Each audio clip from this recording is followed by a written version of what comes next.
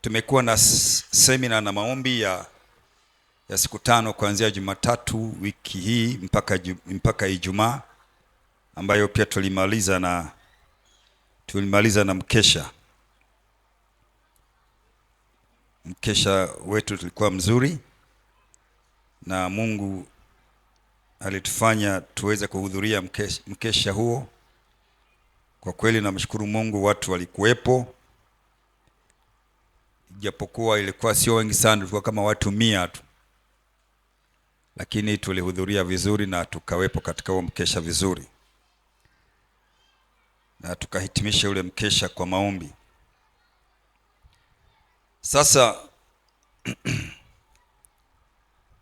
Sasa kwenye ule mkesha au katika zile siku za maombi tulikuwa na maombi, lakini katika maombi yale tulikuwa tunaombea items mbalimbali za msingi ambayo tunatamani mwaka huu 2026 Mungu atusaidie kila mtu aweze kuwajibika katika hayo mambo. Kulikuwa na vipengele kadhaa ambavyo kwa tumevipanga kuzungumza, lakini kwa vile pia muda wenyewe haukutosha, vipengele vikawa vingi zaidi ya siku 5. Kuna kingine takizungumza leo kwa siku hii ya 6 katika yale maombi. Kulikuwa na kuongozwa na Roho Mtakatifu. Tujifunze mwaka huu kila mtu aweze kuwa na neema na kujua kuongozwa na Roho Mtakatifu. Maana ukweli ni kwamba huwezi kuwa mtu mzuri wa kiroho kama Roho Mtakatifu hana nafasi katika maisha yako. Huwezi kuwa mtu wa kiroho kama Roho Mtakatifu hahusiki na lolote katika maisha yako. Hata kama umejazwa Roho Mtakatifu, umebatizwa Roho Mtakatifu, lakini kama hana nafasi ya kukuongoza wewe, basi huna maana yoyote. Maana Roho Mtakatifu ndio zamu yake, amepewa kwa ajili ya kutuongoza ili tufika katika mapenzi ya Mungu. Lakini pia tulijifunza na tukatiana moyo kwamba mwaka huu 2026 tujitahidi kuwatii walio mbele yetu. Walio mbele yetu ndio viongozi ambao Mungu ametupatia. Mungu ametupa viongozi hao ili waweze kuwa pamoja na sisi kutuongoza. Maana kila kusanyiko la watu, ukweli ni kwamba huwa lina kiongozi. Hata gari moja tu lina watu 60, lazima kuna dereva mmoja anaongoza njia. Hata ikiwa bajaji mko watu 5 mle ndani, lazima wepo mmoja anayeongoza hiyo bajaji. Hata kama ni bodaboda mko wa mshikaki watu 4 au 2, lazima tu atakuwepo anayeongoza. Hamwezi kuendesha wote, na yule ndio anayefahamu mnakoelekea, ndio ana nguvu ya kujua akitunzeje kile chombo.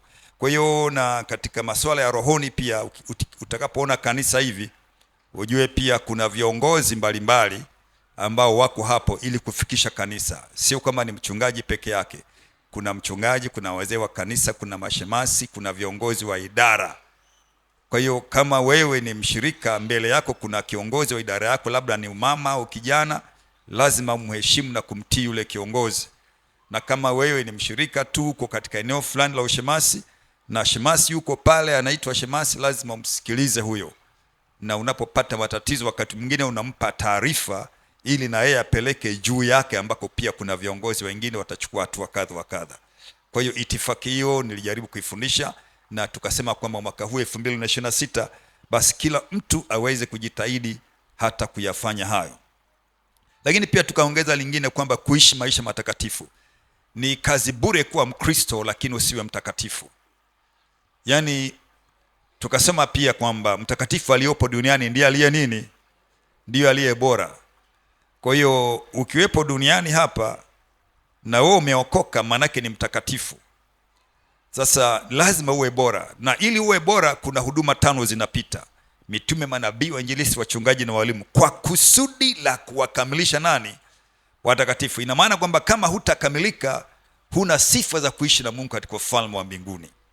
Huna sifa hizo kwa sababu hujakamilika. Maana si kila aliyevaa uniform shati nyeupe na suruali ya kaki au sketi ya bluu ndio ataenda sekondari. Wengi sana wanaweza kuvaa hiyo, lakini atakaye kwenda sekondari wanachaguliwa kwa sababu wamefaulu. Ndio maana pia katika Ukristo Biblia inasema kwamba kuna kushinda. Ukisoma Ufunuo sura ya 2 na ya 3 yote, makanisa 7 yameandikiwa barua, na kila mwisho wa barua imeandikwa yule ashindaye. Kwa hiyo ina maana kwamba usiposhinda, hata kama umevaa uniform, hutaenda sekondari au hutaenda chuo kikuu kwa sababu eti ulivaa uniform ukiwa shule ya msingi au sekondari au labda A level. Amna, lazima ushinde ndio utaenda chuo kikuu. Kwa hiyo huwezi kusema mimi ni Mkristo nimeokoka kwa hiyo naenda mbinguni. Amna, lazima ushinde ndio uenda mbinguni. Sasa ile ushindi ni lazima uwe mtakatifu, tena mtakatifu aliye bora, sio mtakatifu tu. Kuna watakatifu wengine wanakemewa, hawajakamilika. Ndio maana hizi huduma 5 zipo. Tulifundishana hayo na tukatiana moyo kwamba basi Mungu akitusaidia mwaka huu tuwe watakatifu bora. Lakini pia tukazungumza habari za kushuhudia watu waokoke, kuwaeleza watu wengine habari za ufalme wa mbinguni ili na wenyewe pia waende mbinguni. Na nikajaribu kueleza jinsi ambavyo Mungu alivyo na yeye mwenyewe alivyo na sisi pia ametufanyaje. Kumbe sisi tumezaliwa na Mungu kwa neno lake. Na tunapookoka Biblia inasema kwamba tunakuwa kiumbe kipya. Na ukiwa kiumbe kipya, Biblia inasema ya kwamba kuna huduma ya upatanisho inawekwa ndani ya mtu. Unapozaliwa tu una huduma ya upatanisho ndani yako.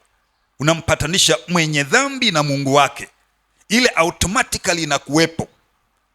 Sio kitu cha kujificha. Yaani zile ni hormones. Ni kama vile binti akizaliwa, mtoto gani wa kike au mtoto gani wa kiume, hormones tayari zipo hapo kwa ajili ya kumfanya awe aonekane mwanamke. Kadiri anavyozidi kukua, anazidi kuwa mtu mzima, utajua huyu ni mwanamke. Kwa sababu utaona sauti kwanza ni ndogo, ni nyembamba, haibadiliki. Afu unaona kifua kinaongezeka, mwili unaongezeka. Hivyo ni hormones ndivyo zinavyompeleka. Mwanaume nako pia hormones zake zitampeleka hivyo. Zitampeleka tu, baadaye sauti inabadilika, baadaye vindevu vinaanza kuonekana. Hivyo tu, huwezi hata ufanyeje, hata uweke zege hapo, upige simenti, ndevu zitafanya nini? Zitachomoka tu. Huwezi kuzizuia. Hata uzuie kifua cha binti kisiweze kukua, hata ufunge vitambaa na POP, bado yule mtu tu itakuwa hivyo. Maana hormones ndizo zinavyomtuma, zinavyompelekesha. Sasa hata hivyo, mtu akishazaliwa mara ya pili, huduma ile itakuwepo ndani yake. Kama hauna, maana yake ni kwamba ni mlemavu wa aina fulani. Meshanichukia hapo tayari hapo meshanichukia. Maana imeandikwa hivyo wapendwa, sio mimi. Mtu umekuwa kiumbe kipya. If you are seriously umekuwa mtu uliyeokoka, hicho kitu lazima kiwepo. Huduma ya upatanisho, ya kuwapatanisha watu wengine na Mungu wao. Hata kama hujajazwa Roho Mtakatifu bado, lakini umeokoka, umekuwa kiumbe kipya, hicho kitu lazima kiwepo tu. Nilitoa mfano tu mzuri. Hata mimi mwenyewe nilipookoka, siku ya 3 nilianza kushuhudia. Sijui andiko hata moja kwenye Biblia, lakini nikatamani na wengine wawe kama mimi, ushuhuda wa kile nilichokipokea. Haya, tulimwona yule mama kwenye kisima cha Yakobo. Yesu alipokwenda, wakaanza kuzungumza naye habari za maji ya kunywa. Nipe maji ya kunywa, wewe hivi na hivi na hivi. Lakini mwishoni yule mama alipomwamini Yesu Kristo, akaenda kuambia na watu wengine. Hajui Biblia, hajaenda Bible school, hajui chochote, lakini akaenda kuambia watu wengine wa kijijini kwake. Wakaja wakamkuta Yesu, wengi wakaokoka. Na wale watu waliomwamini Yesu Kristo, Biblia inasema kwamba wakamwomba akae pale. Siku 2 alikaa Yesu pale. Kwa sababu gani? Yule mama alipookoka, alipokutana na Yesu, alikutana na huduma ya upatanisho ikawekwa ndani yake. Tulijifunza hayo mengi sana, sasa kurudia, lakini kwa ajili ya faida ya watu wale ambao hawakuepo kidogo. Lakini pia tukajifunza ni namna gani ya kuwalea Wakristo wachanga. Kwa mfano, kama huyu mama ameokoka na wengine wameokoka hapa, bwana nani yule ameokoka, ameletwa hapa na Daudi. Hao ni watoto wachanga. Yaani sasa hivi ndio wanatakiwa kunyonya. Hata uji hawezi kula, hata ugali ndio kabisa. Yaani vitu vigumu ndio vigumu kweli kweli. Na tulijifunza watoto wadogo huwa wanauliza maswali mengi sana. Anaweza kukuuliza Mungu baba yake ni nani? Bwana asifiwe sana. Unaulizwa tu, hasa ujue namna kumjibu kwa hekima na vitu kama vinavyofanana na vile. Kwa hiyo unaona, tukajifunza pia na tukasoma madhara ya kutokuwahudumia wale watoto yatatupata sisi wenyewe hao, maana baadaye tutaambiwa hivi na Yesu, kama tusipowahudumia. Nalipokuwa na njaa hamkunilisha, nalipokuwa uchi hamkunivika, nalipokuwa mgonjwa hamkuja kunitazama, nalipokuwa kifungoni hamkuja kunitazama. Alafu sisi tutadai, ni wapi Bwana tulipokuona una njaa au mgonjwa au kifungoni au uchi tukakunyima huduma? Amina, amina nawaambia, kadiri msivyowafanyia wale wadogo zangu hamkunifanyia mimi. Hawa mliowaona hawa ni wadogo zake Yesu. Si wamemkubali, wamempokea Yesu? Yesu anaishi ndani yao. Kwa hiyo tusipowafanyia hayo mambo, hao ndio wanauma njaa, wakati mwingine wanakuwa wagonjwa, wakati wengine wanakuwa hawana nguo, wakati wengine wana matatizo 1 2 3. Tusipowafanyia hayo, maana yake ni kwamba hatumfanyii Yesu. Wewe utaona tu, mimi huyu mama kwanza ni Mkristo mpya huyu wa nini huyu, lakini kumbe ndio Yesu. Haleluya. Na pia tulijifunza hayo, tulimalizia juzi Jumatano. Lakini leo nataka kuzungumza kitu kipya, kumtolea Mungu sehemu ya mapato yetu. Maana hivi vitu vyote tunawajibika navyo. Sifundishi utoaji, ila nafundisha kuwajibika kwa Mungu wako.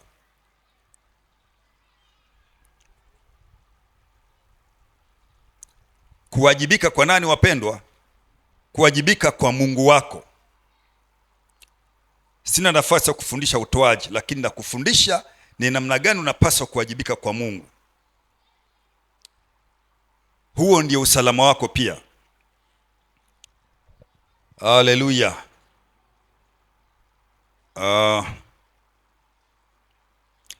Kwa ujumla wapendwa, utoaji ni hali ya Mungu, tabia ya Mungu, ni upendo wa Mungu ndani ya mtu. Utoaji ni hali ya Mungu, ni tabia ya Mungu, ni upendo wa Mungu ndani ya mtu, ambao ulianzia kwake Mungu, huko tulikotokea kwa Mungu. Mungu ndiyo baba yetu. Kama Mungu ni mtoaji, sisi itakuwaje tusiwe watoaji? Haleluya. Kama Mungu ni mpaji, inawezekanaje sisi tusiwe pia ni watu wa kuwapa watu vitu vingine? Bwana asifiwe sana. Hiyo ni hali ya Mungu mwenyewe, na sisi tunaitwa ni watu wa Mungu. Alafu pia wakati mwingine tunaimba, nataka kufanana na wewe, si ndio? Sasa kufanana nini? Sura? Yaani unataka Mungu awe sura yako au sura yangu hivi? Si watu watakimbia. Sio sura, ni ile hali ya ndani ya moyo. Amen. Basi kwa ajili hiyo ninaomba tufunike macho tuombe, alafu nimshukuru Mungu, alafu tuenda katika maandiko. Baba mtakatifu, nakushukuru tena kwa ajili ya siku ya leo ambayo imekupendeza Jehova, tuweze kuwepo hapa mbele za uso wako, ukituonyesha kwa mapenzi yako ni namna gani tuweze kujifunza kuwa kama wewe katika kutoa sadaka zetu kwako. Na hiyo ndio njia pekee pia kutufahamu sisi tuna mahusiano gani kati yetu na wewe. Roho Mtakatifu lifunue ili jambo ndani yetu ili tuweze kujua, alafu pia tukutumikie kwa mali zetu, katika jina la Yesu Kristo aliye hai. Amen. Bwana asifiwe sana.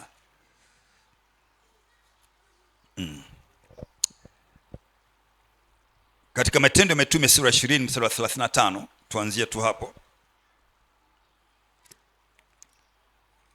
Matendo ya Mitume sura 20 mstari wa 35.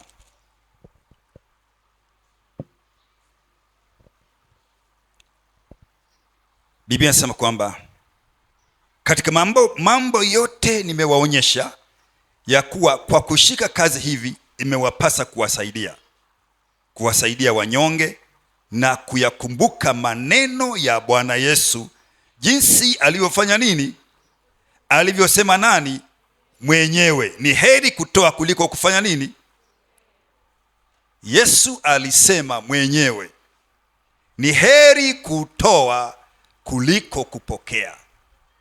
Heri tafsiri nyingine ni baraka. Ni baraka kutoa kuliko kupokea. Ni baraka au ni jambo jema kutoa kuliko kupokea, kwa maneno mengine, kwa tafsiri nyingine. Hili ni neno la Bwana Yesu. Ni kama vile yeye alivyoutoa uhai wake, au Mungu alivyomtoa mwanawe wa pekee. Ni heri ametoa Yesu, amemtoa mwanawe wa pekee kuliko kupokea. In fact, Mungu alikuwa na mtoto mmoja tu mbinguni, anaitwa Yesu Kristo. Akamtoa huyo huyo mmoja, hakuwa mchoyo. Mungu angekuwa mchoyo, leo hii tusingekuwepo hapa. Angesema, jamani, yani mimi na mtoto mmoja tu alafu nimtoe tena? Hapana. Bado alimtoa, kwa maana jinsi Mungu aliupenda ulimwengu hata akamtoa mwanao nini? Pekee. Hana mtoto mwingine, ni huyo tu. Akamtoa mwanae wa pekee ili kila mtu amwaminie nani? Huyo mwanae asipotee, bali awe na uzima wa milele. Kwa hiyo kuwepo kwetu hapa ni kumwamini Yesu Kristo. Kumwamini Yesu Kristo yeye ametokea wapi? Alitolewa na Mungu ili tusipotee. Kwa hiyo tunapokuwepo hapa, manake ni kwamba tumetabiriwa tusipotee, na tumemwamini, tumempokea ili tusipotee. Tusipotelee wapi? Kwenda motoni au kuzimuni, kuangamia kwenye mateso ya milele. Kuwepo kwetu hapa ni maandalizi ya kuishi na Mungu milele. Ili kuboresha hali ya kuwepo kwetu hapa ni kusikiliza na kuyaishi haya ambayo Mungu ametuambia kupitia maneno yake. Hivyo tu. Haleluya. Kwa ujumla, ndugu zangu wapendwa, kama Mungu asingemtoa mwanae wa pekee, leo hii tusingekuwepo hapa. Aidha tungeshakufa au tusingekuwa na maisha haya tulionayo sasa hivi. Kumbe uwepo wetu hapa ni kwa sababu ya utoaji wa Mungu aliyetoa. Pamoja na Mungu katika ufalme wake, ni lazima na sisi tuwe pia watoaji. Mungu ametoa mengi mno kwa ajili yetu, mengi mno. Uhai wake, uhai tulionao ni kwa sababu ya yeye. Mambo mengi sana ametufanyia Mungu wetu. Sisi hatukuwa na chochote. Baba yetu Adam alikuwa hana chochote. Hata bustani ilitolewa na Mungu, alitengenezewa bustani na Mungu ili aishi pale. Kila kitu ni Mungu ndiye aliyefanya. Hata pumzi, alipoumba lile dongo, Mungu akachukua pumzi yake akapulizia, mwanadamu akawa nafsi hai. Utoaji ulikuwa tu ni Mungu ndio alitoa kwa ajili yetu mpaka saa hii. Haleluya. Kwa hiyo kwa maneno mengine ni lazima tuwe na shukrani. Alafu watu wanaonaga utoaji ni kama vile ni sheria ya kanisa. Hapana. Utoaji wala sio sheria ya kanisa au sio jadi ya kanisa. Utoaji, ukweli ni kwamba utoaji, unapotoa sadaka, ile ni hali ya moyo wa mtu na Mungu wake. Hali ya moyo wa mtu na nani? Na Mungu wake. Kwa mfano, ukisoma katika Mwanzo sura ile ya 4, Mwanzo sura ya 4, utakuta pale kuna watu wawili, taarifa zao ziko pale. Hatujui Adam na Hawa walitoaje sadaka zao, lakini tunaona watoto wao walivyotoa sadaka zao. Kila mtoto alikuwa na hobi yake ya kufanya shughuli kwa mikono yake mwenyewe. Alikuwa na hobi ya kufanya shughuli zake kwa mikono yake. Kila mtu alikuwa na shughuli zake. Sura ya 4 kitabu cha Mwanzo anasema hivi: Adamu akamjua Hawa mkewe, naye akapata mimba, akamzaa Kaini. Akasema, nimepata mtoto mwanaume kutoka kwa Bwana, mwanaume kwa Bwana. Akaongeza akamzaa ndugu yake Habil. Habil alikuwa mchunga kondoo na Kaini alikuwa mkulima ardhi. Abel alikuwa mchunga kondoo, alikuwa na kondoo. Alafu Habil alikuwa ni mkulima wa ardhi. Habil naye akaleta wazao wa kwanza wa wanyama wake na sehemu zilizonona za wanyama. Bwana akamtakabali Habili na sadaka yake, bali Kaini hakumtakabali. Kwa sababu gani? Wala sadaka yake. Kaini akaghadhibika sana, uso wake ukakunjamana. Kwa sababu gani? Kaini hakufanya vizuri katika kile alichopewa na Mungu kama Habili mdogo wake alivyofanya. Hapo ndio kuna shida ndani ya mwanadamu. Haleluya. Habili alifanya vizuri, kitu cha kwanza kamtanguliza Mungu. Alafu na vile vizuri vilivyonona anampa Mungu. Amen. Lakini huyu Kaini alipopata mazao ya kwanza akumpa Mungu. Alikuwa analeta tu yale mahindi ya mwisho mwisho ambayo kuna mbegu moja hapa na mahindi mengine ya ambaye hayana miguu wala kichwa. Si ndio nafahamu mahindi ya jinsi hiyo? Akawa analeta ya sampuli hiyo. Akatoa sadaka, lakini Mungu hakuikubali. Ngojeni niwaambie, mimi ndio mchungaji, si ndio? Wani nashangaa sana wakati mwingine hatusemagi tu, ila unaweza kusikia hivi, mchungaji, mimi nimepata kazi. Vitu ambavyo nimewahi kuvisikia katika huduma yangu. Jamani, huu ni mwaka wa 40 na ngapi namtumikia Mungu? Mwaka wa 40 na ngapi? 43, 44 namtumikia Mungu. Nimekutana na mambo mengi hapa katikati. Kuna mtu mwingine, mshirika mwingine anasema, mchungaji, nilikuwa namuomba Mungu nipate kazi, nimepata. Mshahara wangu wa kwanza nataka na uleta ili utufanye kazi yako, ufanye kazi ya Mungu. Huyo mtu anayesema hivyo, ina maana ndani ya ufahamu wake anaona zaidi kuliko yule ambaye anasema kwamba hivi, namshukuru Mungu nimepata kazi. Alafu anatoa sadaka ya shukrani shilingi 10,000 au 20 au 30 au 40 au laki. Hao watu ni wawili ngapi? Alafu kuna mtu mwingine kabisa anakuja kusema tu, Bwana asifiwe sana wapendwa, kwa kweli namshukuru Mungu nimepata kazi. Watu lelelele. Alafu hatueta shilingi. Nao ni mtu. Sisi mnanielewa ninapozungumza? Hao nao ni nani? Ni watu wapo. Sasa huyu ambaye amesacrifice mshahara wake wote, huwezi kulinganisha na yule wa pili au yule wa tatu. Ni watu wawili tofauti kabisa. Huwezi kulinganisha nao katika ufahamu wa kumjua Mungu. Ni vitu viwili tofauti. Si kama mtanielewa mpaka hapo. Sasa Habili ni mdogo mtu, lakini yeye ndio akaona afadhali, namshukuru Mungu kwa sababu vitu hivi mimi sikuwa navyo. Mungu amenipa hobby au amenipa kipawa cha kufuga. Wacha nimtolee kila anayezaliwa. Dhamira yake, wala hakufundishwa semina na mtu yeyote. Dhamira yake, wacha kila kondoo anayezaliwa wa kwanza tampeleka kwa Bwana.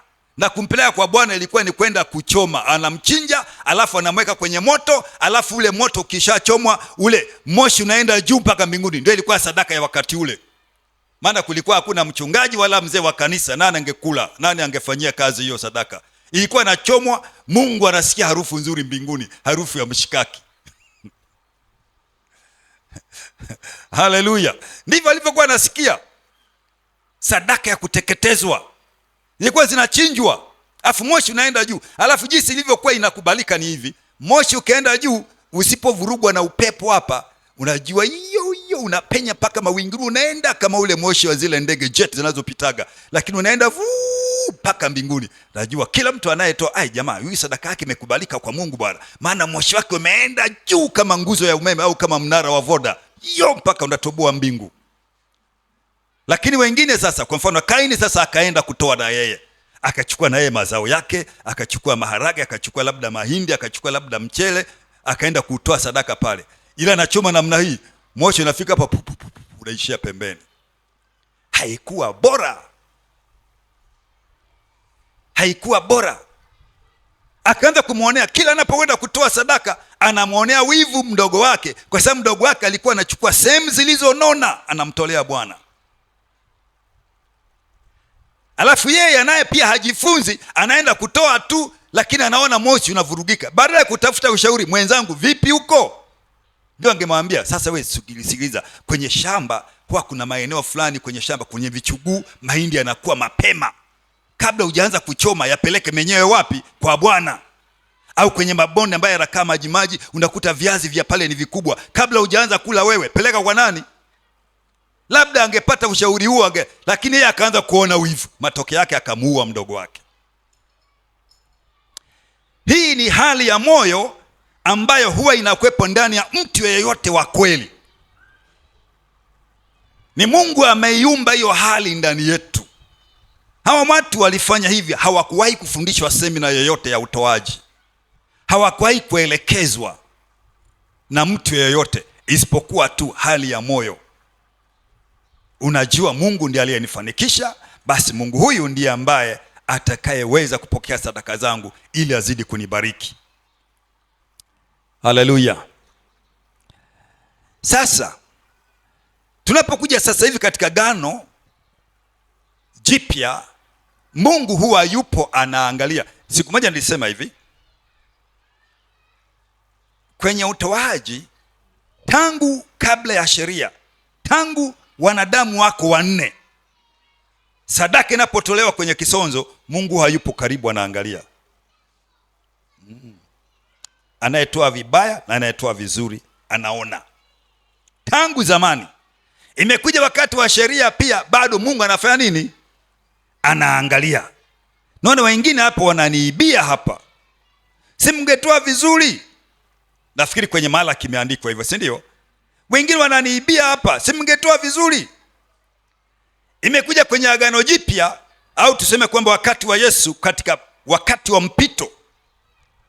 mpito kabla damu ya Yesu haijamwagika msalabani. Maana Agano Jipya lilianza pale damu ya Yesu ilipomwagika, ndio likaitwa agano lilo bora. Hilo la zamani likawa ndio agano la kale na ni kuukuu. Lakini kabla Agano Jipya bado halijaanza, Yesu nako pia siku moja akasimama kwenye kisonzo. Watu wanaleta sadaka. Baadaye mama moja akaleta senti ngapi? Akaishangaa ile senti 2. Afu akaita wanafunzi wake, sijui walikuwa wamekaa pembeni, njoni hapa. Makuhani wamekaa huku, njoni hapa. Angalia, aliyetoa kuliko wote humu ndani ni huyu mama aliyeleta senti 2. Sasa sijui ilikuwa inaonekanaje hiyo senti 2, ilikuwa inang'aa sana, inawaka kama nyota, au mimi sijui, lakini ndio aliyoiona. Akaita na wanafunzi wake wakaiona hiyo senti 2. Lakini hapo kwenye hicho kisonzo kuna watu wametoa manoti mengi. Akasema hawa wengine wametoa hizi pesa manoti mengi ni kwa sababu wanatoa zilizo za ziada, lakini huyu ametoa zote alizokuwa, ndio utajiri wake wote. Ameweka wapi? Ameweka hapa. Haleluya. Sasa baada ya hapo, kumbuka mwanzoni Mungu alikuwepo wakati wakati Habili na Kaini wanatoa. Hata wakati wa sheria pia alikuwepo, huwa anaangalia, akaona watu wanamuibia. Lakini pia wakati wa mpito pia alikuwepo kwenye kisonzo. Hata wakati wa Agano Jipya pia damu imeshamwagika na watu wameokolewa, wamejazwa Roho Mtakatifu. Akawepo pia wakati wa kutoa sadaka, akagundua kuna mwizi mmoja anaitwa Anania na Safira, si ndio wapendwa? Nako pia alikuwepo Roho Mtakatifu pale, maana Mungu alikuwepo. Kwa hiyo wakati wa kipindi cha utoaji, Mungu pia huwa yupo. Wakati wa Anania na Safira, kipindi kile cha Agano Jipya, Roho Mtakatifu akadhihirika kupitia kinywa cha Petro. Roho Mtakatifu akajifunua, mbona mmefanya hiki? Ilikuwaje? Mlipoahidi kwamba mtauza shamba alafu mtaleta hiyo sadaka, imekuwaje sasa tena mmeiona ni kubwa, mkagawana, mkakata nusu mkaweka, alafu hii nusu ndio mkagawana, wewe na mke wako, wewe utangulia kuja, alafu na wewe baadaye ndio umekuja. Sasa matokeo yake Anania akafa madhabahuni, alafu baadaye mke wake akaja pia akafanya nini? Akafa. Hapo ni tayari damu ya Agano Jipya imeshamwagika tayari msalabani, na ni kanisa ambalo ndio tunaendea mpaka leo. Kwa hiyo kwa maneno mengine, Mungu wapendwa huwa yupo siku zote. Wakati mwingine mambo magumu tunayopambana nayo, wakati mwingine ni neema tu inakuwa ipo, lakini ukweli ni kwamba sisi wenyewe ndio tunaofanya matatizo hayo. Mungu atusaidie sana. Mungu atusaidie sana. Hatuwajibiki vizuri kama Mungu anavyotaka katika maisha yetu, katika vile vitu ambavyo Bwana mwenyewe ametupatia. Si nguvu yetu, lakini ni yeye mwenyewe amefungua mlango wa kutubariki. Shughuli zetu tunazofanya, biashara zetu, mashamba yetu, mifugo yetu, kazi zetu, Mungu anatuangaliaga tu. Haleluya. Sasa kwenye Agano Jipya, baada ya Yesu kusema hivi, mnamwona huyu mama ametoa utajiri wake wote katika hii sentimita aliyotoa, ni utajiri wake wote, na ndio Mungu akapendezwa, au Kristo akapendezwa. Sasa sikiliza, kwenye kanisa la kwanza sasa hawa watu wa Agano Jipya, ambapo Biblia inasema kwamba hawa watu walivuza viwanja, wakaleta mali zote miguuni kwa nani? Pa mitume. Sura ya 4 ya Matendo ya Mitume,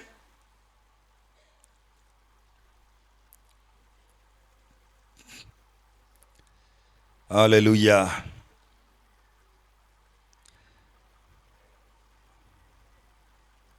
tuanzie mstari wa 33.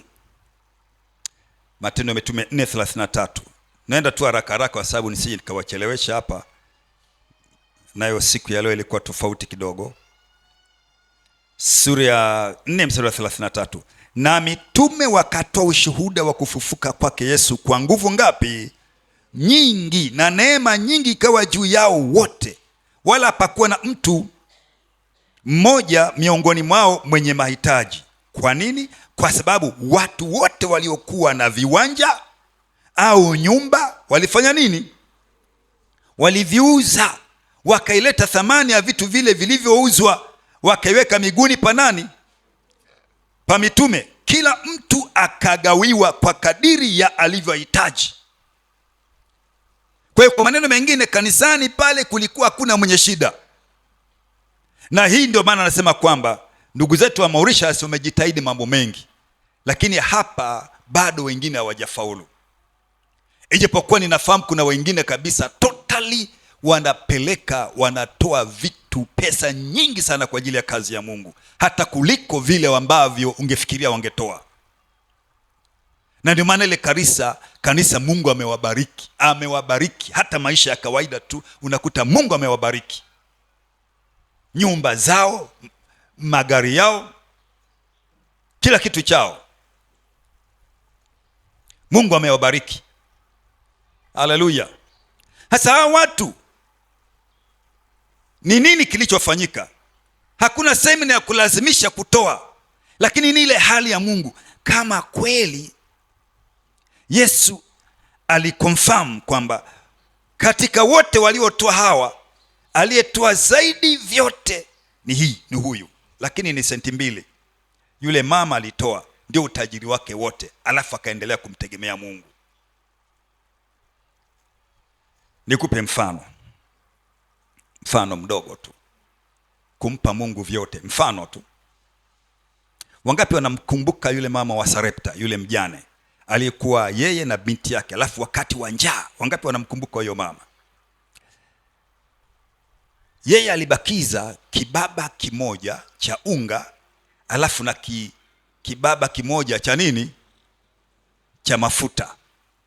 Lakini hapo kulikuwa na wengine labda wamebakisha gunia moja na debe moja la mafuta, au gunia moja la unga na gunia moja. Hata ukiwalinganisha pale, nani ni tajiri? Si ni yule ambaye ana gunia moja la unga na ndoo ya mafuta, si ndio? Hata wakati wa njaa alifikiri kwamba mimi ndio tajiri. Oh, haleluya, mimi na gunia. Huyu mjane huyu amebakisha kibaba kimoja, atakufa tu na huyo binti yake. Mimi bado nakula hapa na watoto wangu, nina gunia top au nina magunia 5. Lakini njaa ilipiga miaka mingapi? Gunia lilikuwepo. Lakini huyu mama aliyekuwa amemtolea Mungu kwa kutangulia, kulingana na jinsi ambavyo aliambiwa na mtumishi wa Mungu Elia, nifanyie mimi kwanza, ndipo ujifanyie na wewe. na mtoto wako. Ngoja nikwambie, kabla aende pale Eliya, si kwamba Mungu alishindwa kumhudumia kule kwenye kijito cha Kidron. Alipokuwa amejificha, alikuwa anahudumiwa na kunguru. Maana kipindi kile alikuwa anatafutwa kuuawa na mfalme Ahabu, lakini alijificha kule. Hasa kunguru akawa anampelekea nyama na mkate. Akawa anampelekea nyama na mkate. Mungu asingeshindwa. Lakini Mungu pia akaona huyu mjane anampenda, atakufa tu, wacha nifanye utaratibu mwingine ili wa huyu mama naye pia aishi. Matangazo mengine yanapokuja kanisani yanataka umwamini Mungu. Sijui kama nitaeleweka hapo. Yanataka umwamini Mungu ili akupitishe katika kile kitu ambacho unakiona ni kigumu kwako. Matangazo mengine, kwa mfano, jamani, kuna kitu hiki na hiki kinatakiwa kifanyike, mchango labda kiasi fulani, jambo fulani. Pale tunaposikia tangazo, Roho Mtakatifu anaweza kukusemesha hata kwa njia ya wazo tu. Unasikia tu wazo linakuja.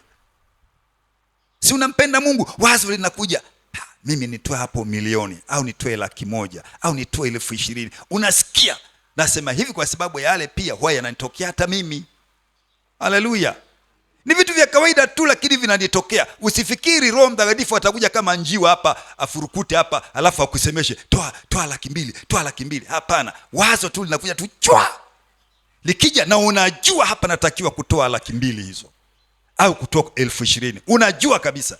Lakini kwa sababu hiyo inakuwa ni siri yako, usemi, unatoa tu 5,000 au 10,000 au 50,000 baada ya 200,000 na hakuna anayejua. Au wakati mwingine umetoa 1,000,000 umeambiwa, lakini wewe unatoa 200,000, basi hakuna anayejua. Hiyo ni siri yako. Lakini hapo wakati mwingine tunajizibia sisi wenyewe baraka ambazo Mungu anataka kuzifanya juu ya maisha yetu kwa uhuru kabisa. Na wakati mwingine watu wanalalamika, unajua siku hizi, unajua mnasemaga fungu la 10 ni sheria. Na ni kweli ni sheria. Ni agano la kale. Agano la kale ni agano ambalo sio zuri sana.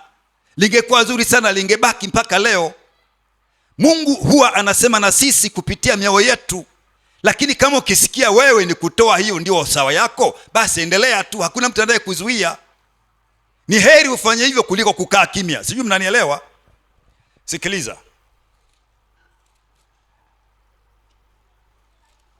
Kama huyu mama wa Sarepta, Mungu alimfungulia mlango na akaishi. Yule aliyekuwa na gunia zima akala likaisha, wakafa. Huyu ambaye alikuwa na kibaba kimoja, kila siku anapotaka kupika na anatanguliza kwa Mungu, maana yake ni kwamba huyu aliishi. Lakini wale waliokuwa na akiba ya magunia aliisha na waliondoka duniani. Na ndivyo Biblia ilivyo. Bwana asifiwe sana.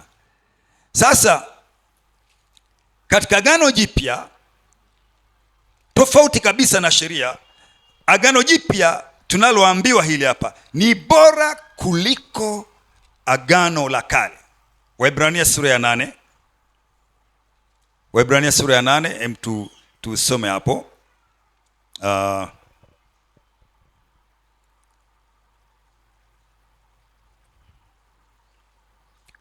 Ili ujue, maana fungu la 10 halikuwepo tangu kuumbwa kwa dunia. Fungu la 10 limekuja kuwepo kama sheria wakati wa Musa. Fungu la 10 mwanzilishi wake alitoa kwa hiari kabisa, ambaye anaitwa Ibrahim. Tena katika vile vitu alivyoviteka kutoka vitani kwa mfalme Kedorlaoma, ndipo akatoa pale vile alivyoviteka, akatoa 10% kwa Melkizedeki, ambaye ni Yesu Kristo, mfalme wa Salemu, mfalme ambaye hana baba wala mama, ambaye ndio Yesu Kristo mwenyewe. Lakini baadaye ikawa sheria, baadaye ikaitwa kodi ya Musa, na mtu asipotoa analaaniwa. Mnanielewa ninavyozungumza? Ikawa kodi ya Musa, na mtu asipotoa ni shida kubwa, na ukichelewesha unapigwa fine, unatoa maradufu yake. Ndivyo ilivyokuwa. Lakini bado Mungu hataki tutoe hivyo, anataka tutoe zaidi ya pale, kadiri jinsi ambavyo Roho Mtakatifu atakusemesha ndani ya moyo wako. Sasa wakati wa Agano la Kale, watu ndio walikuwa wanatoa wakiogopa laana. Imeandikwa katika Malaki sura ya 3. Sasa hatupo huko.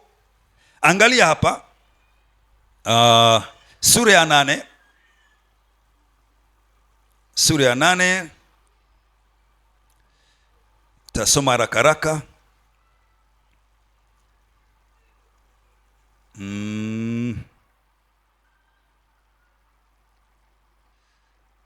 Kwanza mstari wa kwanza, nitasoma haraka haraka, mnifuate tu mwelewe vizuri pia. Lakini ninaposoma vitabu hivi, wakati mwingine ukirudi nyumbani, mpendwa, achana na simu yako, chukua Biblia yako, soma, tafakari.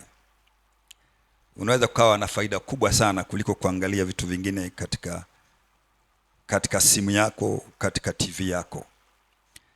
Tuanzie mstari wa kwanza. Basi katika haya tunayosema, neno lililo kuu ndilo hili: tunaye kuhani mkuu wa namna hii, aliyeketi mkono wa kuume wa kiti cha enzi cha ukuu mbinguni. Huyo ni Yesu Kristo, ndio kuhani wetu mkuu, aliyeketi mkono wa kuume wa kiti cha enzi cha ukuu mbinguni, mhudumu wa patakatifu kule mbinguni, na wa ile hema ya kweli, sio ile hema aliyotengeneza Musa jangwani, ambayo Bwana aliiweka, wala si mwanadamu. Ile hema ya mbinguni ni Bwana aliiweka yeye mwenyewe, wala si ya mwanadamu.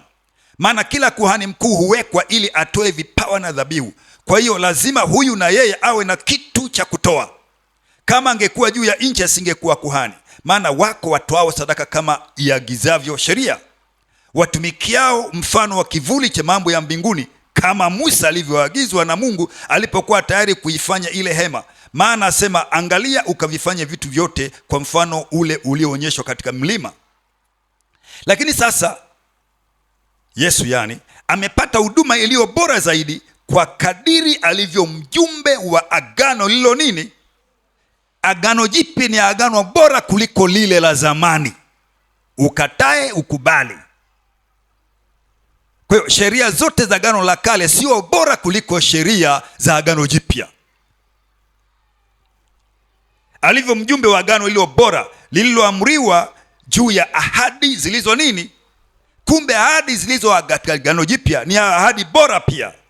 Maana kama lile la kwanza lingalikuwa halina upungufu, kumbe la kale lina upungufu.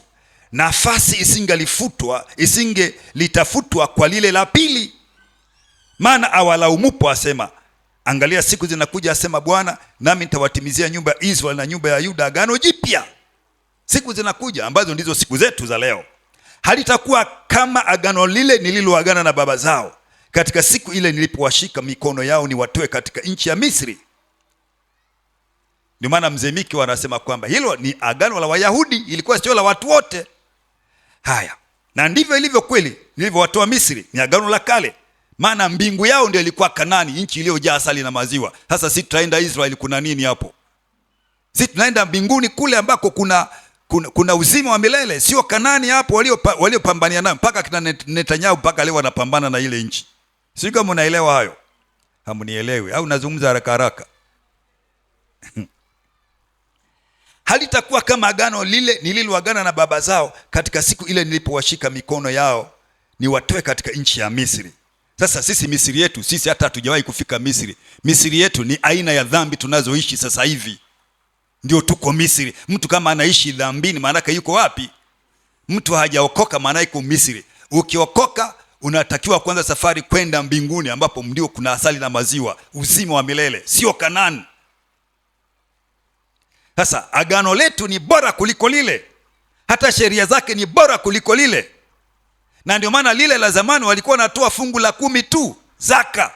Lakini sisi tunatoa maisha yetu yote, kama Yesu Kristo ambaye ni mhudumu wa agano jipya. Yeye alitoa uhai wake ni zaidi ya fungu la 10. Na ndio maana kanisa la kwanza walipoanza kutoa walikuwa wanatoa vitu vingapi? Vyote wanaweka miguuni pa nani? Pa mitume.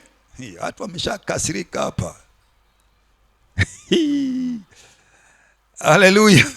Hapa ndio kuna kizungumkuti hapa. Kama una kilo nyingi za nyama nikisema kilo za nyama yani kama uko mwilini hapo ndio utakasirika kweli kweli. Yaani ina maana tunatoa nikauze viwanja vyangu vile vinne alafu na ile pagari alafu nile amna. Hii amna kabisa, hiyo haitoa. Hiyo haiji. Lakini bado utakufa, utaviacha kule. Na ukishaviacha kule viko mbugani kule, vimeshapimwa na hati unaanza kwenye ofa, na viacha sandukuni au kwenye kabati. Siku 2-3 anakaa kikao, kajamaa kamoja kanaitwa msimamizi wa nani? Wa mirathi, kanakuja kanatawala hapo. Wewe una kitu hata hiki? Una kitu hata kimoja. Kajamaa kanaitwa msimamizi wa mirathi, kanafyeka vyote, anaanza kuwadhulumu hata watoto wako kama ni wadogo. Lakini hawa jamaa, kama Yesu alitoa uhai wake, kuhani wetu alitoa uhai wake kabisa, maisha yake akafa. Petro alijaribu kumtetea hapa ili asife, lakini akasema acha. Akachukua sikio lile akalirudisha. Yule mtu aliyemkata akawa mzima, akatoa uhai wake kwa ajili yetu. Hiki ni kitu cha ajabu. Sasa mimi nitabakisha nini? Ndio maana wakawa wanauza vitu vyote, wanapeleka miguuni pa nani, wakijua hata hivyo hawatafilisika na hawatalala njaa. Mungu si mjinga. Chochote apandacho mtu ndicho atakachofanya nini? Atakachovuna. Ukipanda haba utavuna haba. Ukipanda kwa ukarimu utavuna kwa nini? Ndivyo ilivyo. Si kwamba wale watu walifilisika, hapana. Mungu yuko pale pale. Bwana asifiwe sana. Hili ndilo agano lilo bora. Akaendelea hivi, anasema hivi, mstari ule wa 9, halitakuwa kama agano lile nililoagana na baba zao katika siku ile nilipowashika mikono yao niwatoe katika nchi ya Misri, kwa sababu hawakudumu katika agano langu, mimi nami sikuwajali, asema Bwana. Maana hili ndilo agano nitakaloagana na nyumba ya Israeli baada ya siku zile, asema Bwana.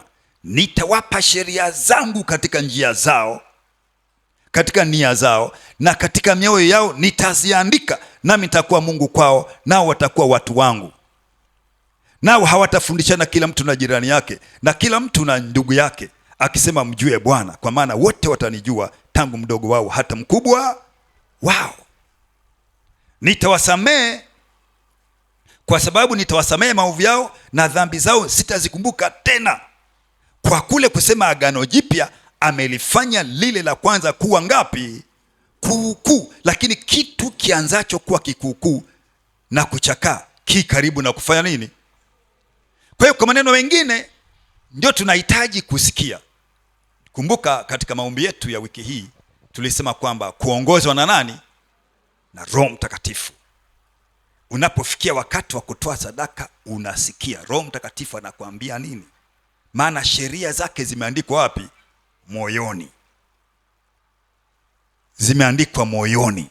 Sio unaenda kutoa tu kama watu wa dini, unatoa tu kawaida. Kwa mfano, unajua unakuja kanisani, unashajiandaa ndani ya moyo wako.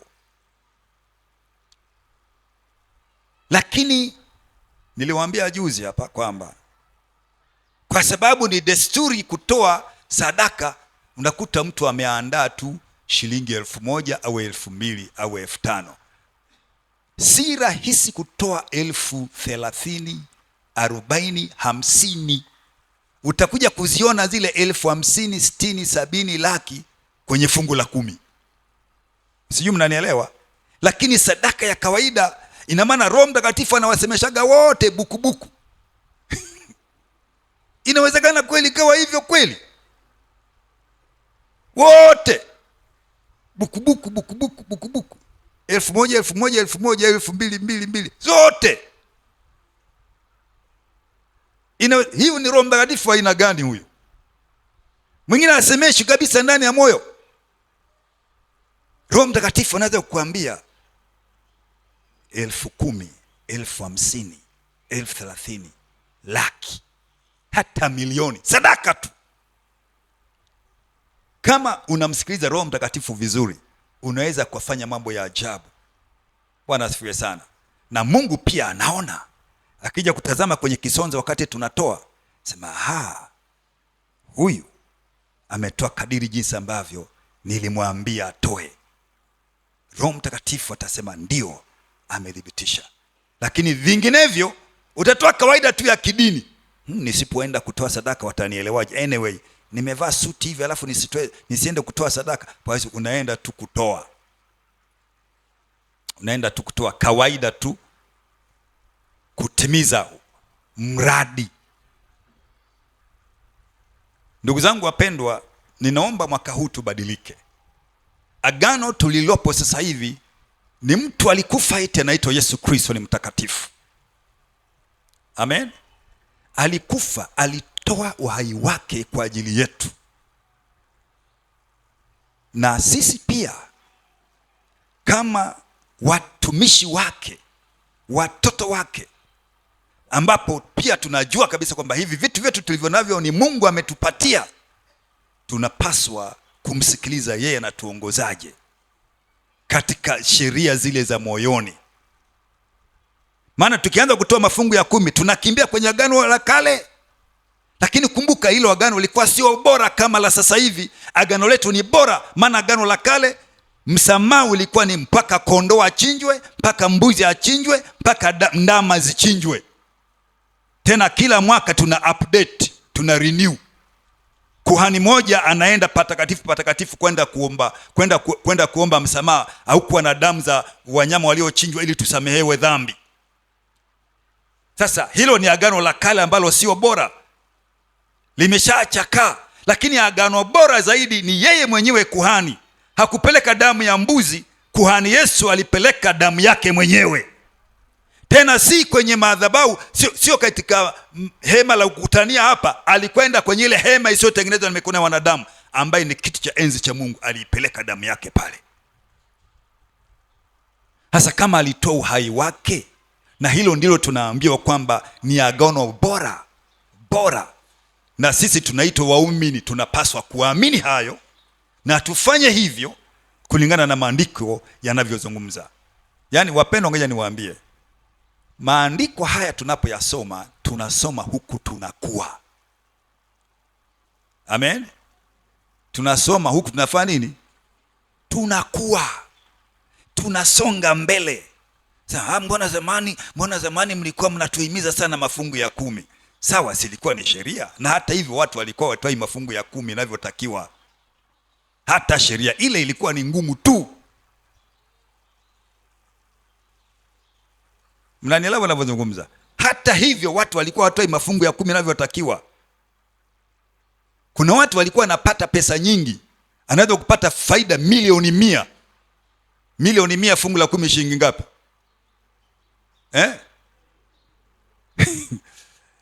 Utatoa hiyo? Utaweza? Milioni 10 unanunua viwanja kabisa, unaanza na msingi. Haiwezekani. Lakini katika agano jipya Biblia na inasema watu waliuza vitu vyao wakapeleka, sio mshahara tu.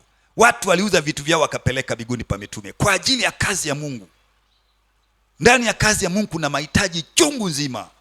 Ndio maana Biblia inasema kwamba walipouza vile viwanja, pesa zile zikapelekwa miguuni pa mitume, wala hakuwepo hata mmoja aliyekuwa na nini? Na mahitaji. Sasa tuko hapa sasa hivi ofisini hapa, kuna dada moja ameingia tu hapo na watoto wake. Jamani, watumishi wa Mungu, naomba tu mnisaidie madaftari ya watoto wangu. Yule mtu ina maana ameshachekecha akili, apate wapi hela? Hapana, anaona aje miguuni pa watumishi wa Mungu, si ndio? Anahitaji msaada. Sasa kama kuna akiba ya kutosha, hiyo hela inatumika kwa ajili ya kusaidia mahitaji mbalimbali. Kuna watu wanaugua hapa, hela ya matibabu hamna, bima hana, shida anayo. Sasa atafanyaje? Kanisa ndio tunasema ni ndugu. Kanisani hakuna kitu, ila kuna wengine wanavyo vitu. Kuna mwingine anaweza kulisha hata umbwa zake kwa mwezi hata 500,000. Kuna mwingine hata mtoto kula analala na nini? Na njaa, hawana uwezo kumlisha hata mtoto wake. Anaenda kuomba kwa jirani, jamani naomba tu unga kidogo nimkorogee mtoto wangu uji. Lakini wote tunapiga pambio hapa. Mnanielewa ninapozungumza wapendwa? Ndio maana tunasema kwamba hatujafikia kiwango cha kanisa la kwanza. Kanisa la kwanza walijitahidi mpaka kufikia hapo. ila kwa sasa hivi ndugu zetu wa Mauritius wameadvance vibaya sana, yaani wako juu kuliko wanavyofikiria, ijapokuwa hawajafikia kama kanisa la kwanza. Lakini mimi nawafahamu watu baadhi ambapo wametoa maisha yao kweli kweli kwa ajili ya kazi ya Mungu, na Mungu hawezi kuwaacha. Bwana asifiwe sana. Ni lazima tubadilike pia hata katika utoaji wetu kabisa, tutoke katika hali fulani ambayo ulikuwa umezoea, uende mbele kidogo. Mwaka huu 2026, alafu ujilinganishe, mwaka jana niliishije na sasa hivi mwaka huu nitakapomaliza kutakuwa na nini kilichotokea. Unaweza kujikuta umepata ufahamu mkubwa rohoni, unaweza kujikuta Mungu amebariki kazi zako na miradi yako vizuri mno kuliko vile ilivyokuwa mwaka jana. Unaweza kuyakuta vitu vyote viwili, ufahamu wa rohoni umekuwa mkubwa, lakini pia hata shughuli zako zingine za kawaida Mungu amezibarikia. Maana kuna utoaji mwingine unakupa ufahamu. Amen. Unamkaribia Mungu, unakupa ufahamu, lakini utoaji mwingine unabarikiwa kwenye shughuli zako za kawaida unazofanya. Mungu anabariki, neno lake haliwezi kujipinga. Mungu anabariki kazi zako, kazi za mikono yako anaibariki. Haliwezi kujipinga neno la Mungu. Mungu ni yule yule jana, leo na hata wapi? Na hata milele. Naomba muelewa haya mambo. Ninawafahamu watu ambao wanajitoa kwa ajili ya kazi ya Mungu na Mungu amewabariki. Wengine walianza na mitaji midogo mno. Mitaji midogo mno, lakini Mungu anawainua zaidi. Niliwapa mfano mtu mmoja anaitwa Colgate. Leo tunapiga dawa ya mswaki inaenda kwa Colgate. Chanzo chake yule mtu alikuwa ni mfanyakazi wa kufiagia barabara za mitaa ya New York. Afiagia. Pata mshahara wake, kaanza kumtolea Mungu fungu la 10. Anatoa fungu la 10. Akawa mwaminifu hapa, Mungu kambariki, maana pia ameahidi baraka katika fungu la 10. Akambariki. Baadaye akajiongeza mwenyewe. Sasa sitakuwa fungu la 10, tatoa 20 ya 10. 20%. Akaanza kutoa 20%. Na Mungu kaanza kumbariki zaidi. Akaanza kutoa 30%. Akaanza kupanda mpaka kafikia 90%, ndio anamtolea Mungu, yeye anabaki na 10%. Sasa kwa mfano mtu anapata bilioni 1 kwa mwezi. Hasa hapo ameshaacha na shughuli za kufiagia barabara, alishaacha. Sasa ana miradi mingine mingi tu kila mahali. Kwa mfano apate faida bilioni 1 kwa mwezi. Bisi unajua ni milioni 1,000. Alafu anamtolea Mungu milioni 900. Inabaki milioni 100. Utaimaliza wewe kula milioni 100 kwa siku, kwa mwezi? Utaimaliza milioni 100? Milioni 100 umeshaijua. Wale waliowahi kushika mamilioni mengi ni ndefu mpaka kwenye hii ni magunia mangapi? Unaweza kuyala kwa mwezi akaisha hayo. Lakini bado mtu anarizika, anamtumikia Mungu kwa moyo mweupe, na amefanya vitu vingi. Ana namna tu Mungu alivyombariki na kuishi na kubariki watu wengine. Kazi ya Mungu inaenda kwa haraka. Sasa hapa wakati mwingine tunabaki tu, jamani, sasa tufanyeje hapa? Wakati wetu tunapambana na wazee hapa, jamani, sasa tufanye, tutangaze, tuitishe mchango au tusiitishe? Tuangalia kwenye kisonzo. Tukiangalia pale kwenye kisonzo tunakuta vile nako pia havitoshi. Mnaelewa wanazungumza? Haya, sasa tufanyeje? Bwana asifiwe sana jamani. Amina. Hivi na hivi na hivi na hivi, kuna shida hii na hii. Haleluya. Kuna shida hii na hii. Sasa tufanyeje? Mahitaji ya kanisa ni mengi sana. Usifikiri mahitaji ya kanisa ni kuangalia tu sijui bili za umeme, maji, posho ya mchungaji, wachungaji, sijui ni. Hakuna kitu kama hicho. Kuna mambo mengi sana ambayo yanafanyika kanisani. Ndio maana Biblia inasema kwamba Petro alipokuwa anaombwa pesa na yule kiwete, akasema fedha na dhahabu nini sina, ijapokuwa zimewekwa miguuni pa nani, lakini hana. Si za kwake. Fedha zinazokuja kanisani si za mchungaji zote. Mnanielewa ninavyozungumza? si za mchungaji. Sasa fedha na dhahabu sina, lakini kwa jina la Yesu fanya nini? Simama. Akasimama. Lakini fedha zile zilizoletwa kwa mitume, zile zinaendelea kuhudumia wajane, zinaendelea kuhudumia yatima, zinaendelea kuhudumia wazee, zinahudumia wageni, zinahudumia watu walio na matatizo mbalimbali, wagonjwa, labda wale ambao hawajiwezi.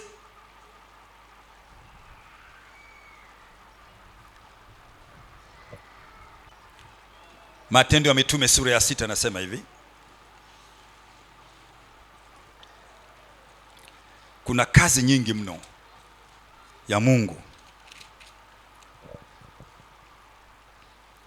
Biblia inasema hivi: hata siku zile, mstari wa kwanza, wanafunzi walipokuwa wakiongezeka hesabu yao, palikuwa na nini wapendwa? Manunguniko yakaanza kwenye kanisa la kwanza. Manunguniko ya Wayahudi wa Kiyunani juu ya Waebrania. Kukawa na makabila kadhaa pale, Wayahudi wa Kiyunani na juu ya Waebrania, kwa sababu wajane wao walisauliwa katika huduma ya kila nini, kila siku. Wajane walisauliwa. Jamaa mbona wana ubaguzi wenyewe, wataka kujihudumia tu Waebrania wao tu. Hasa na hao Wayahudi wa Kiyunani machotara hawa, hasa nani atawasaidia? Manunguniko ngulu chini. Wazee wakasikia. Waliposikia wakakaa kikao. Chagueni kati yenu watu ambao wamejaa Roho Mtakatifu na imani, ili wasimamie ugawaji wa mambo hayo. Ukiendelea kusoma pale mbele, ili kusiwepo na manunguniko tena. Fedha kanisani zina mambo mengi ya kufanya. Safari. Haleluya. Safari, wakati mwingine tunapokaa katika vikao vyetu unakuta safari ndio zinapiga hela nyingi kweli kweli. Na safari zile zote ni za ujenzi wa kanisa la Mungu. Unatoka hapo unaenda mahali fulani, unatoka hapo unaenda mkoa fulani, unatoka hapo unaenda wilaya fulani, unatoka hapo unaenda nchi fulani, kwa ajili ya kutafuta sisi ili tuimarishwe. Unajua sisi hapa, mimi hapa nalisha, si ndio? Mimi hapa nawahudumia, na kuna mahali na mimi naenda kukaa, nafanya nini? Nahudumiwa, naenda kukaa. Kwa hiyo lazima niifuate ile huduma, niifuate huko iliko yenye uwezo wa kunihudumia mimi pia. Kama vile ambavyo umekuja hapa wao nahudumiwa, lakini nami pia ninasimama, naenda kuhudumiwa na mimi. Wakati mwingine naenda kuhudumia. Sio tu tukae sisi wenyewe hapa tunahudumiana sisi wenyewe, tutapelea. Kuna wengine watakuja hapa. Haleluya. Kuna wengine watakuja hapa kuhudumia kile kipawa ambacho mimi na Gomagobe hatuna. Kuna vitu ambavyo vingine vinapungua, mimi sina na Gomagobe hana.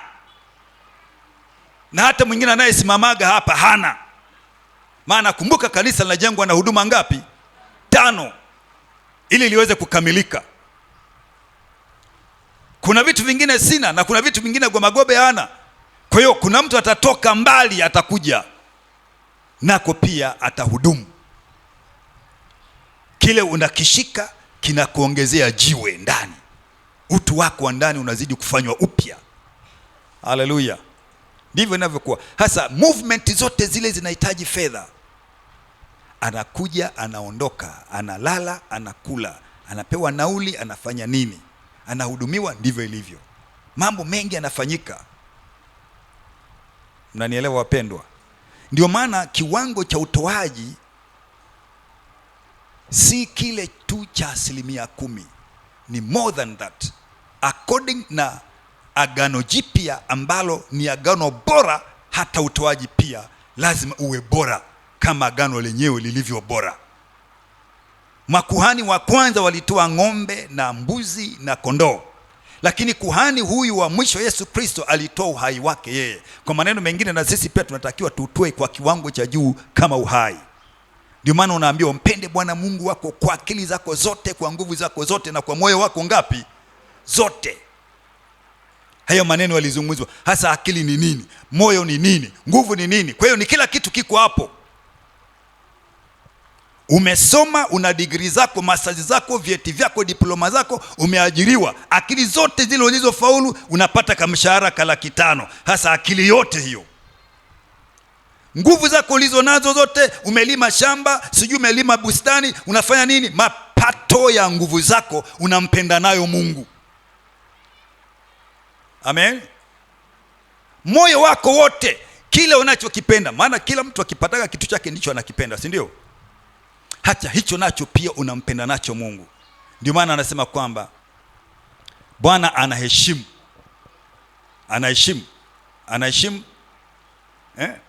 anamheshimu yule anayetoa. Katika Mithali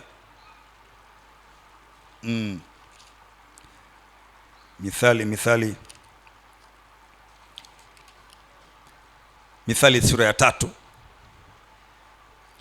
mstari wa 4 mstari wa 9 anasema hivi: mheshimu Bwana kwa nini? Kwa mali yako na kwa malimbuko ya mazao yako mangapi? Yote. Ndipo ghala zako zitakapojazwa kwa wingi na mashinikizo yako yatafurika divai mpya. Ndipo. Na hili neno la Mungu lazima lije tu, lina rebound, linaleta kweli.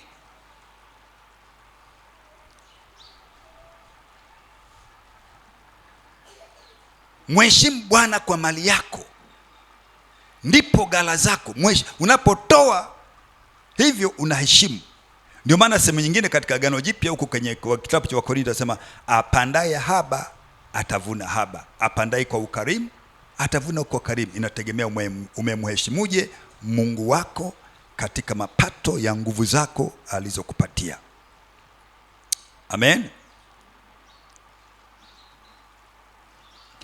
Ukisema pia Mithali sura ya 8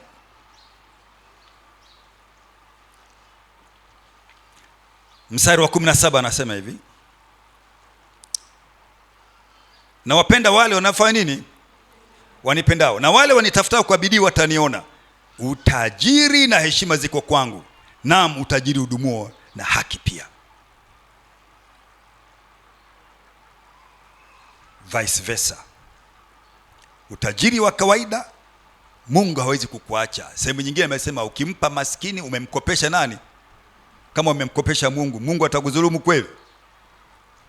Yesu ametoa channel nyingi sana za kutoa. Heri kutoa kuliko kupokea. Wapeni watu vitu, nanyi mtapewa cha kujana, kipimo cha kujana kufanya nini? Wengine wasema wana hamna.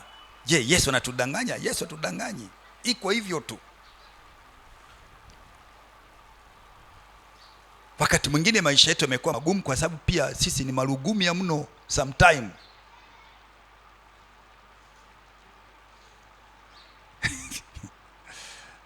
Kulikuwa na ugomvi moja mahali fulani. Baba ni mtoaji, anatamani kumtolea Mungu, lakini mama sio nini? Hebu niangalie, unaenda kutoa shilingi ngapi leo?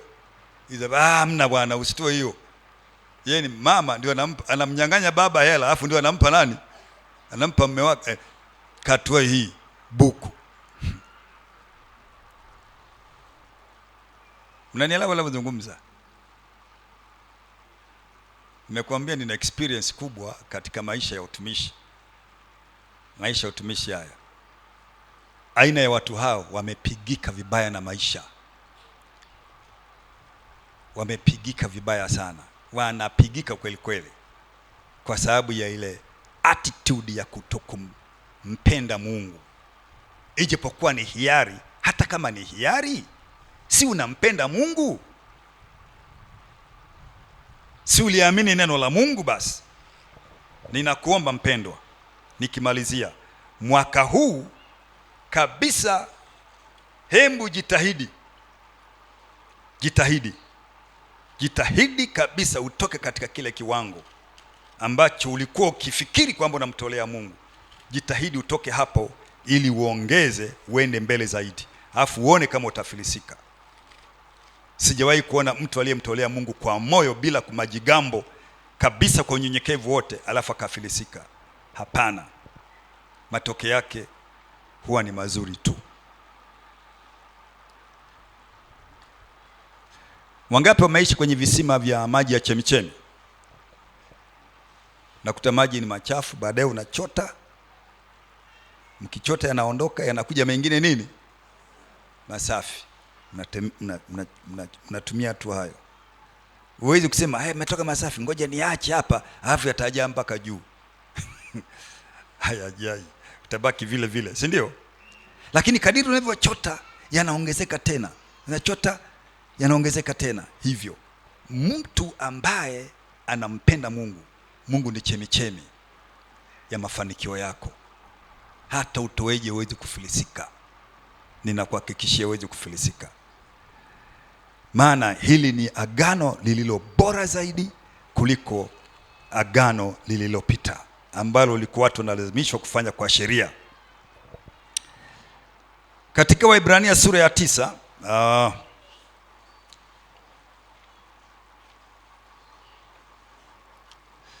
mstari wa 11, ila ninawaomba mkifika nyumbani nendeni mkasome Waebrania 8 yote na ya 9 yote na ya 10 yote.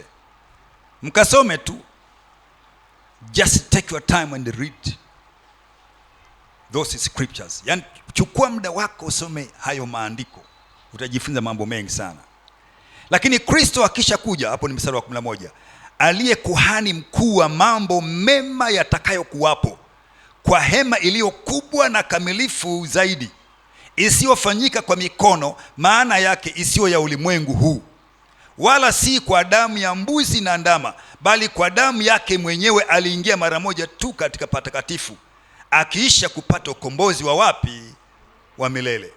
Kwa maana ikiwa damu ya mbuzi na mafahali na majivu ya ndama ya ng'ombe walionyunyiziwa wenye uchafu hutakasa hata kusafisha mwili, basi si zaidi damu yake Kristo, ambaye kwamba kwa Roho wa milele alijitoa nafsi yake kwa Mungu kuwa sadaka isiyo na mawaa, itawasafisha dhamiri zenu na matendo mafu, mpate kumwabudu Mungu aliye hai. Na kwa sababu hii ni mjumbe wa agano jipya, ili mauti kisha kufanyika kwa kukomboa makosa yaliyokuwa chini ya agano la kwanza, hao walioitwa ipokee ahadi ya urithi wa milele. Maana agano la urithi lilipo lazima iwepo mauti yake aliyelifanya.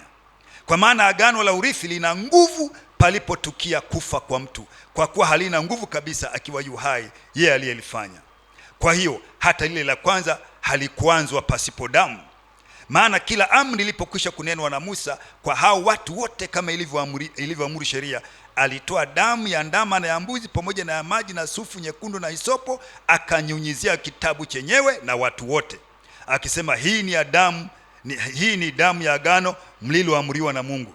Na ile hema nayo na vyombo vyote vya ibada alivinyunyizia damu vivyo hivyo. Na katika Torati karibu vitu vyote husafishwa kwa damu, na pasipo kumwaga damu hakuna ondoleo. Sasa ukisoma hii habari, ndipo utajua kwamba katika agano jipya hata matoleo yetu ni lazima yawe katika kiwango cha agano jipya. Hii ni kwa ajili yetu wenyewe au kwa ajili yako mwenyewe, mtu ambaye umeamini na kukubali. Lakini usipoamini na kukubali, utabaki hivyo, utakuwa na shortage mahali fulani hivi ya upungufu wa mambo fulani fulani, na utaona ni kawaida tu kuishi hivyo. Lakini Mungu yupo kukamilisha agano lililo bora zaidi kwa ajili ya utukufu wake mwenyewe. Ndio maana kanisa la kwanza walifanya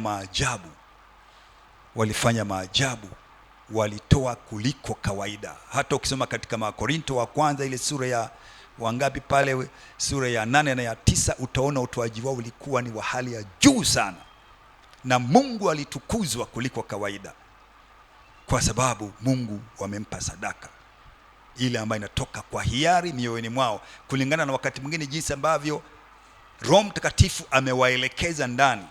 Si amri wala sheria, lakini Roho Mtakatifu alivyokuambia ndani.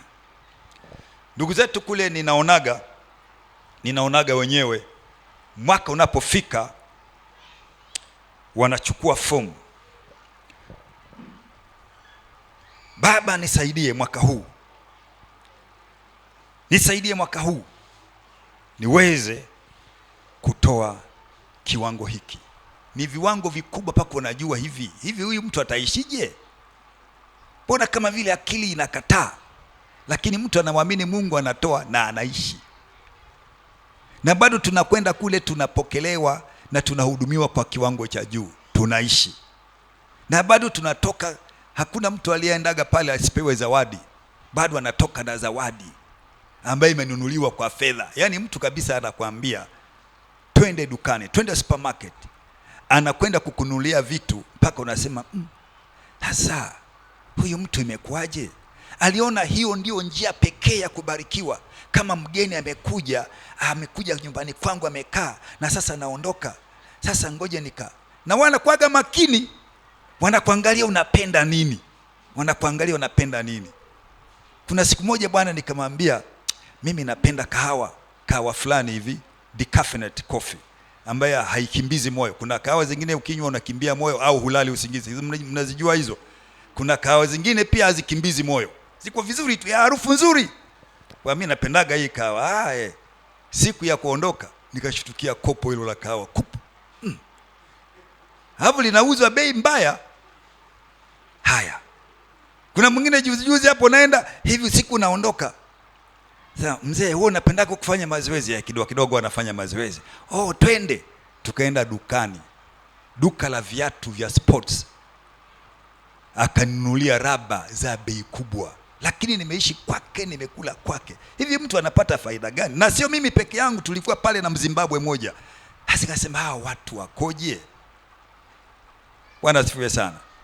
Yaani unashangaa tu vile ambavyo watu wamefunguka na Mungu bado anaendelea kuwabariki na kuwabariki. Sasa kama tumeona mema kwa wandugu zetu kule wengine, kwa nini sisi pia tusifanye practice ili mwaka huu tutoke katika kiwango fulani cha ufahamu wa rohoni tuingie katika kiwango fulani cha ufahamu wa rohoni, alafu tuzione baraka za rohoni hata za mwilini pia. Hivyo vitu viko hivyo tu, tuzione baraka za rohoni na mwilini pia. Wakati mwingine tunapambana na vitu vidogo vidogo mno. Unapambana na vitu vidogo. Kanisa hapo linahitaji kuwezekwa mabati, labda kwa mfano hapa juzi hapa ndugu zetu walienzuliwa pale Didia, mvua ikaja kasomba bati kapiga kule, na walikuwa wameweka mabanzi.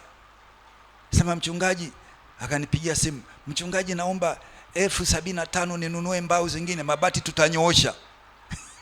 1000 ngapi? 75. Sasa nikajiuliza, hivi 75? Nikamuuliza hapo sijui nani, kwamba nilikwambia wewe si nikamuuliza, mzee, hapa mambo magumu hapa. Mambo magumu wewe. Haya, nikampigia jamaa mmoja hapa katikati yetu, akasema mchungaji, mimi nitajitolea kiasi fulani. Akajitolea kiasi fulani. Basi na mtu mwingine pia akajitolea kiasi fulani, zikafika hasa 75,000. Lakini kuna watu hasa tunaogopa hata kusema. Sisi hatuogopa, yani siku hizi tunaogopaga hata kusema, tunaogopaga kabisa kueleza watu, lakini mahitaji yanaletwa. Nawaambia mpendwa, hapa nilipo mimi kama mchungaji hapa, nina request ya matatizo mengi sana ambayo yanahitaji fedha. Ijapokuwa ninajua hata watu wa kule pia wanazo pesa, huko wanakoleta mahitaji yao wanahitaji fedha, wanazo fedha, lakini aina ya moyo sasa ndio kibarua.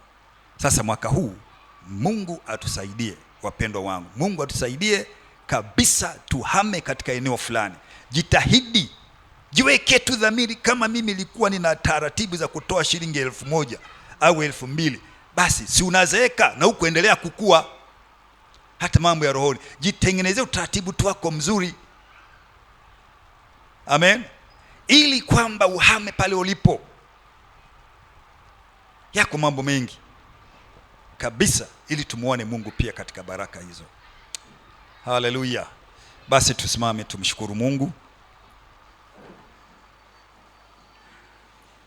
Muda umeisha, umepita, lakini pia kila mmoja ajitahidi kabisa badiliko liwepo katika maisha.